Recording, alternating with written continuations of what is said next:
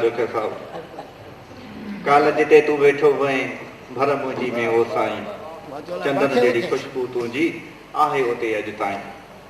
मां हाणे किताब जे हवाले सां वीचार पेश करण लाइ कोठ ॾींदुसि। माना हिते दोस्त अली रोशन शेख साहिब जिन खे त स्टेज ते अचनि ऐं अली रोशन शेख साहिब।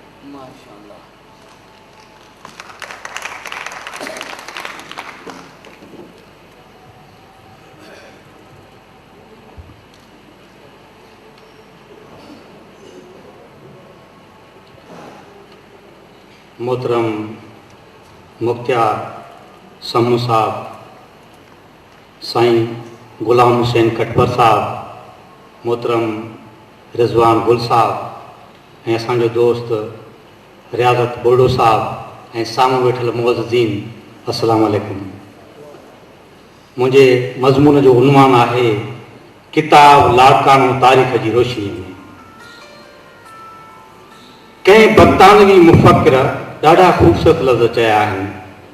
त जॾहिं तव्हां तारीख़ जो मुतालियो करे रहिया हूंदा आहियो त पक ॼाणो त अव्हां इंग्लिस्तान जो माज़ी न पर उन जे मुस्तक़बिल जो मुतालियो करे रहिया हूंदा आहियो। ऐं इहा हक़ीक़त आहे त म्यूज़ियम सिर्फ़ु असांजे माज़ीअ जो तहफ़ुज़ कनि था पर लिखतूं असांजे मुस्तक़बिल जो। अहिड़ियुनि ई लिखतुनि जो मजमूओ नज़र मां गुज़रियो जंहिंजो उन्वान आहे लाड़कानो तारीख़ जी रोशनी में। ऐं मूं लाइ इहा इंतिहाई मसरत जोगी ॻाल्हि आहे त हिन इल्मी कावस जो मुरतिब कंगड़ उहो इंसानु आहे जेको तख़लीक़ जी दुनिया में मूं लाइ सदाईं उत्साह जो कारण रहियो आहे। अदबी पोरे में सचल साईं जी सिट जो दम गाफ़िल सो दम काफ़र खे हीअं सां हंडाए हर वक़्तु जुस्तजू जो दामन झले बीठल असांजो दोस्त मोहतरम रिज़वान गुल अदब जी ख़िदमत कॾहिं कॾहिं थको न आहे। संदसि पोरे सां सिंधी अदब जे गुलदान में हिकु वधीक गुल जे वाधारे सां गॾोगॾु archives department arts council of Pakistan Larkana तरफ़ां किताब लाड़कानो तारीख़ जी रोशनीअ में छपिजी पधिरो थियणु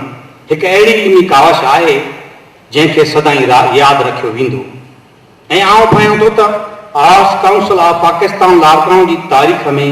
ही पहिरियों अहिड़ो कमु आहे जंहिंजी जेतिरी तारीफ़ कजे उहा घटि आहे। हिन किताब में सिंधु तहज़ीब उरूज ऐं ज़वाल जो उन्वान हेठि एच टी लैम्बर्ग जो मुंहं जे दड़े मुतालिक़ लिखियल तहक़ीक़ी मक़ालो कंहिं घटि न आहे, जंहिंमें मुंहं जे दड़े में रहंदड़ माण्हुनि जी फनी महारत क़ाबिलियत समाजी निज़ाम रहणी कहणी उरूज ऐं ज़वाल ते चङी नमूने बहस थियल आहे। अहसान दानिश जो मुंहं जे दड़े जा नवादरात जो उन्वान हेठि लिखियल मक़ालो बि तारीफ़ जे लाइक़ु आहे, जंहिंमें हिकु पासे पंहिंजी इन 5000 साल पुराणी तहज़ीब ते थियल अटे में लूण बराबरि तहक़ीक़ जे ज़िक्र सां गॾोगॾु पिणु इहा बि सुध पवे थी त मुंहं जे दड़े ते तहक़ीक़ जे कम जी शुरूआति पहिरियों ॿियनि कई ऐं पोइ मक़ामी मुहक़क़नि। त ॿिए पासे मुंहं जे दड़े मां मिलियल नवादरात जो ज़िक्र बि मिले थो। उन सां गॾोगॾु मोहतरम हाशिम हामी साहब वरी मुंहं जे दड़े मां मिलंदड़ ठिकर जे थावनि ऐं कुंभार के हुनर मुतलिक़ ॼाणणी में बि पिणु पाण मल्हायो आहे। झुकर जे दड़े मुतलिक़ इमाम राशिदी साहब जो इल्मी पोरियो बि तारीफ़ जोॻो आहे, जंहिंमें मुख़्तलिफ़ रवायतनि ऐं हवालनि जो पिणु ज़िक्र कयो वियो आहे। ऐं झुकर जे दड़े मुतलिक़ मुख़्तलिफ़ तहक़ीक़दाननि जे रायनि मां इन राय जो बि ज़िक्र कयो वियो आहे त मुंहं जो दड़ो ऐं झुकर जो दड़ो हिकु ई तहज़ीब जा शहर हुआ, पर वरी अॻिते हली इहो ज़िक्र बि मिले थो त मुंहं जे दड़े जे जाइनि जी अॾावत पकियुनि सिरनि सां थियल आहे ऐं झुकर जे दड़े जी अॾावत कचनि सिरनि सां, जेका आउं ठाहियां थो त ॿिन्ही तहज़ीबनि विच में हिकु निमाया फ़र्क़ खे ज़ाहिर थी करे। वधीक हक़ीक़तूं तॾहिं ज़ाहिर थींदियूं जॾहिं हुकूमत ऐं आसार क़दीमा खाते वारा हिन सिंधी क़ौम जी क़दीम सक़ाफ़त जे ओञाणनि तरफ़ ध्यानु ॾींदा ऐं हिकु बाक़ाइदा तहक़ीक़ जो आगाज़ थींदो। आसार क़दीमा वारनि जी बेहसियत जो ॿियो सबूत मोहतरम मुख्तियार समू साहब जे हिन ई किताब में मौजूदु लिखणी नथर जो दड़ो लाड़काने में हिकु अहम ओञाण जी दरियाफ़्त में नथर जे दड़े सां गॾु लाड़काने ज़िले जे आगाटन तालुकनि कंबर ऐं शहदाद कोट में मौजूदु तजर वागरा वठी थो हले। उते मौजूदु लाइब्रेरी उन में उन वक़्तु ईंदड़ अख़बारूं, बाग़ में मौजूदु मेयुनि जे वणनि जी ॻाल्हि कंदे उन वक़्तु लाड़काणे में मशहूरु ॿिनि बाज़ारनि सेऊ बाज़ार ऐं ढकियल बाज़ार में मौजूदु मशहूरु दुकाननि जो लॻे। सचपच त राशिदी साहिब पंहिंजे जवानीअ वारे दौर जे लाड़काणे जा अक्स ॾाढे ख़ूबसूरत अंदाज़ सां चिटिया आहिनि। बिल्कुलु साईं इख़लाक़ अंसारी साहिब जे कहाणियुनि जे किताब मां काइनात आहियां में छपियल कहाणी लाड़काणो ॾाढो नंढो शहर आहे वांगी, जंहिंमें बि ज़िक्र आहे पिपल जे पन मथां रखियल दाल मुंहं सां नेरनि जो, काफला सराय जा मेला मलाखड़ा, लाड़काणे मां निकिरंदड़ 4 रोड, सिरनि वारियूं भिटियूं, शाम जो रांदियूं, इलो बिलो, ॿार लाटूं, कोडी कोडी, वंझ वटी, रातियुनि जो भिटनि जे जारनि में ॾींहंनि जी झिरमिर, चौकनि ते ॿरंदड़ फानूस, न चोरी न चकारी, ऐं ज़िक्र आहे जुमे फ़क़ीर जो। माफ़ कजो, मूंखे फ़क़ति किताब लाड़काणो तारीख़ ज़िक्र कंदे पंहिंजे यादगिरियुनि खे ओताकूं, होटल, बाव, रेस किनाल, गाड़वा, सिनेमाऊं, लाइब्रेरियूं, फोटोग्राफी, सवारियूं ऐं सफ़ाई जो निज़ाम हेठि 10 हिसनि में विरहाए हर हिसे जो तफ़सीली ज़िक्र ॾाढे जामिया ऐं ख़ूबसूरत तरीक़े सां अहिड़ी तरह करणु हर कंहिंजे वस जी ॻाल्हि न आहे। यकीनन शाद साहिब जो मक़ालो कंहिं तारीख़ी दस्तावेज़ खां घटि न आहे, जंहिंमें लाड़काणे जो घणो उहो अक्स नज़र अचे थो जेको असां अखियूं न ॾिठो। भाउ रियाज़त बुर्डे पारां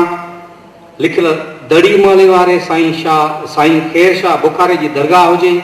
या सतार भट्टी साहिब पारां पंहिंजे उरूज ऐं जवानी वारे दौर में डिप्टी कलेक्टर जे उहिदे तां इस्तीफ़ा ॾेई हारियुनि जे हक़नि लाइ अलम बुलंद कंदड़ बाबा हसन कामरेड हैदर बख़्श जतोई जो ज़िक्र, डॉक्टर गुलाम रसूल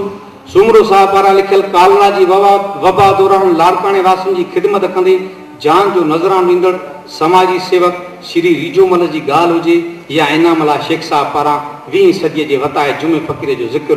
इन्हनि मिलनी मक़ालनि में खोड़ सारियूं अहिड़ियूं ॻाल्हियूं आहिनि जिन जी हिन किताब पढ़ण खां पोइ पाण खे परूड़ थी। लाड़काणे जे हिननि अमर किरदारनि ते सभिनी दोस्तनि ॾाढो सुहिणो कमु कयो आहे। रते तेरे शहर मुतलिक़ पंहिंजे मक़ाले में जीअं मक़सूद गुल साहिब भरपूर ॼाण ॾिनी आहे, तीअं ई नऊंदर शहर मुतलिक़ प्रोफेसर ग़ुलाम हुसैन कटपर साहिब जी कयल कावश बि ज़बरदस्त आहे। बाक़ी